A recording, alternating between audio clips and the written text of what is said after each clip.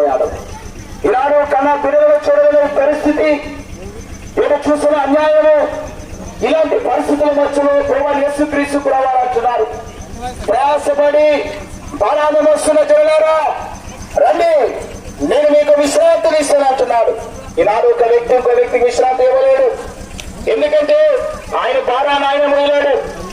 నాకేమో కష్టాలు ఉన్నారా, నేను నీకు ఎలా కష్టాలను తీరుస్తాను. ప్రతి వ్యక్తి ఒక పాపంగా ఉన్నాడు. మరి ఇంకో వ్యక్తికి పాపం పోవడానికి ఎలాగా ఆస్కారం ఉంది లేదు.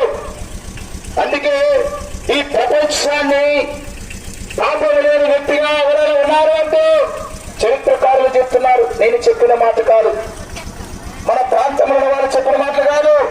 చరిత్రకారులు ఏది చెబుతూ ప్రపంచం దానికి తల ఉంచుతుంది. వాళ్ళు వెర్రి వాళ్ళని కాదు, వాళ్ళు జ్ఞానవంతులు. చరిత్ర చెప్పిన దాన్ని మనము నమ్ముతున్నాం.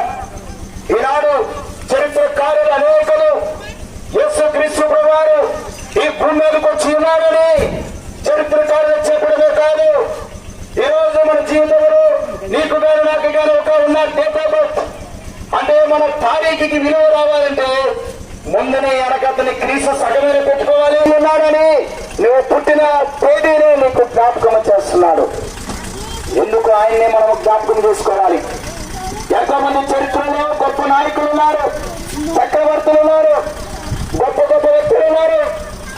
మరి వారెవరిని ఎందుకు చరిత్రలోనికి నాయకులుగా తీసుకోలేదంటే వారిలో పాపం అనేది ఉంది. ప్రియులారా, వారిలో పాపం ఉంది, వారిలో పాపం ఉంది. ఒక తాగబోతూ ఇంకో తాగబోతున్న తాగద్దని చెప్తాడా? ఒక తిరిగిపోతూ ఇంకోటి తిరగద్దని చెప్తాడా? ఇద్దరు కలిసి దొందు కలిసి తిరుగుతూ తాగుతూ ఉంటారు.